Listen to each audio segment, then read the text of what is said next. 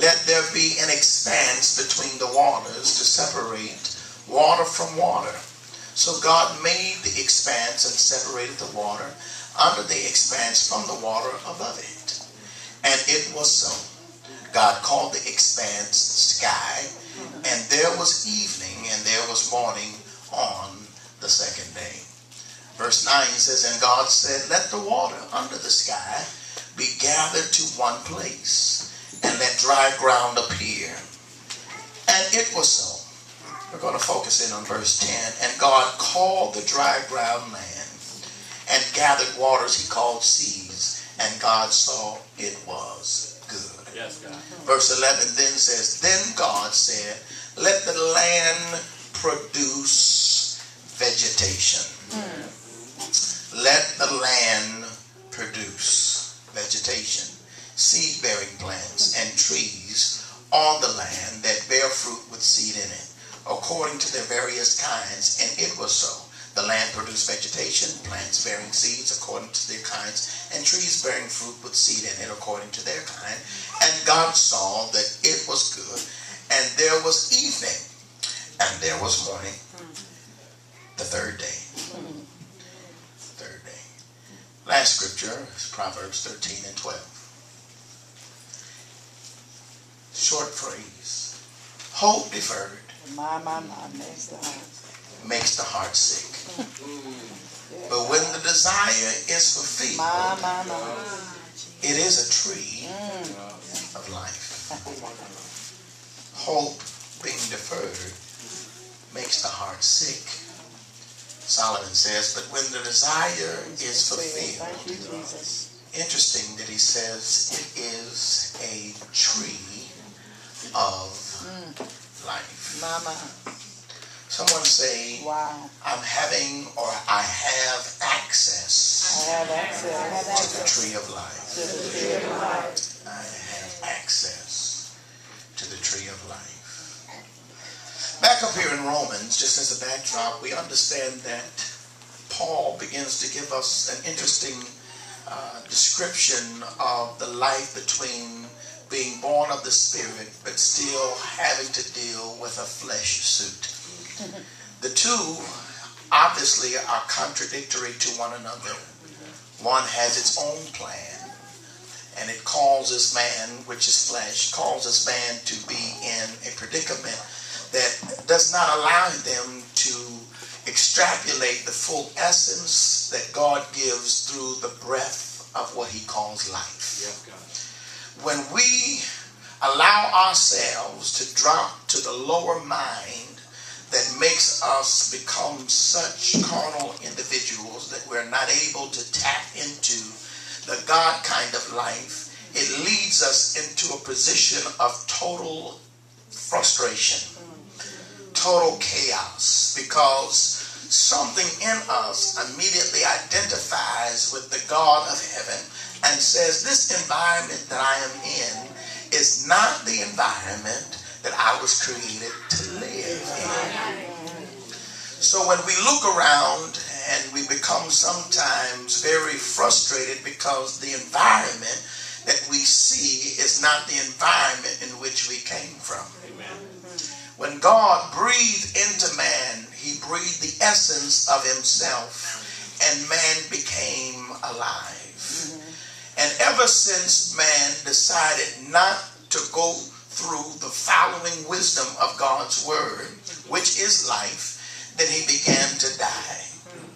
And from that aspect, now we had to learn to do something in order that we had no idea in how to do. I didn't know how to die. Oh, ain't nobody talking to me. So therefore, that brings us into this contradiction within ourselves, because my spirit knows and wants to live, but my flesh is dying.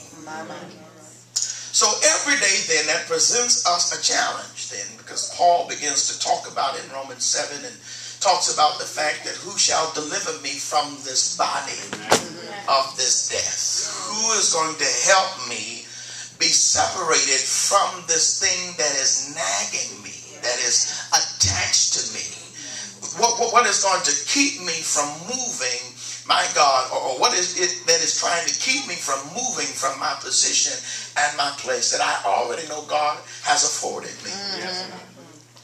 Look to your neighbor and say, neighbor, this life that you're living, if you're living it through the flesh, it's not life at all.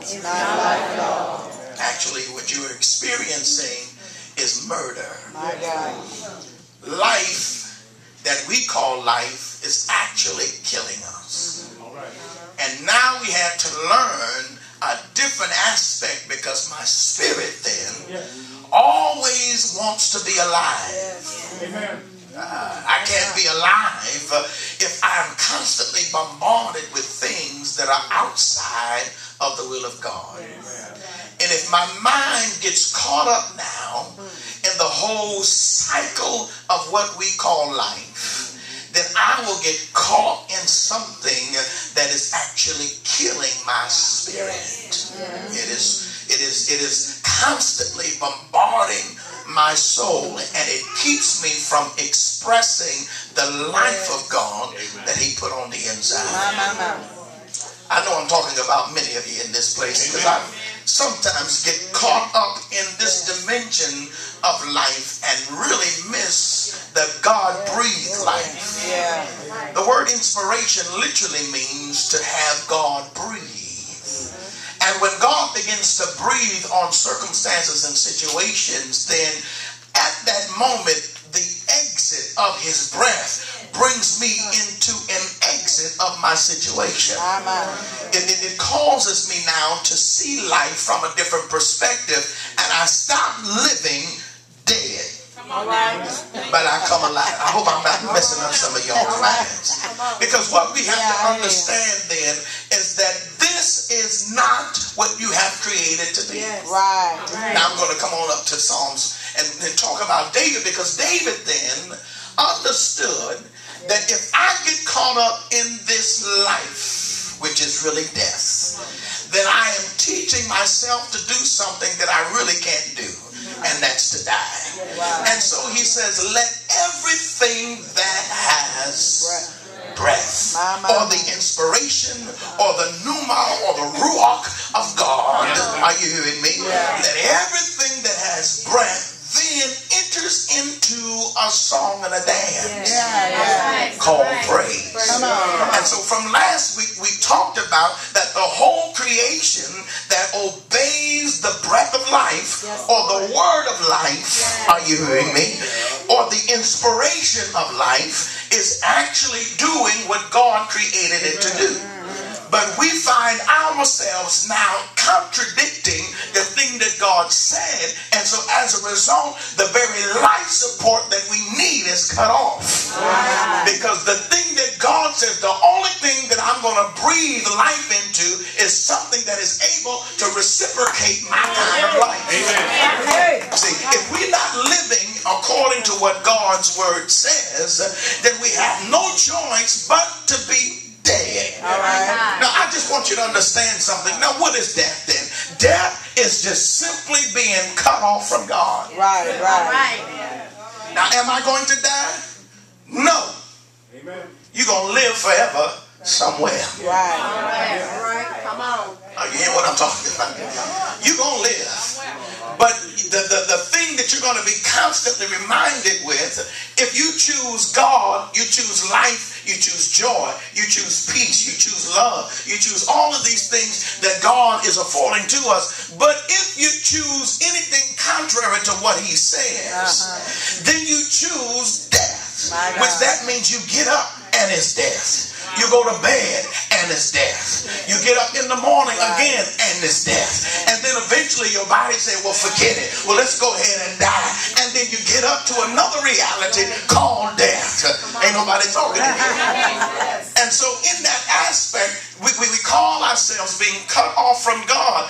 And then that is supposed to be pleasurable for us becomes something that is so damnable to us because our minds never accepted real life. Oh God.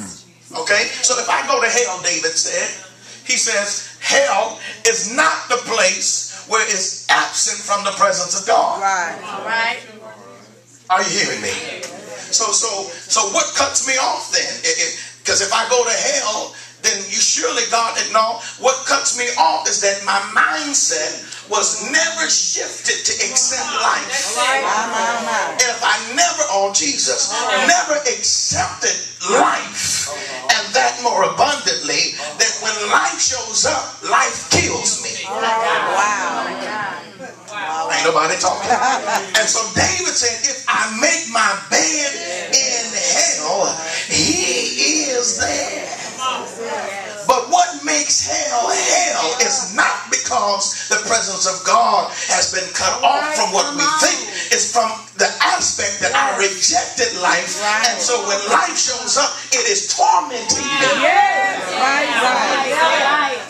You hear what I'm talking about? Oh, let me just make it plain for you now that when we come to church, that's why they had a conference yesterday that I couldn't attend, and then they said, why do men not like to come to church? You want to know why they don't like to come? Help us out. Because church is hell. My God.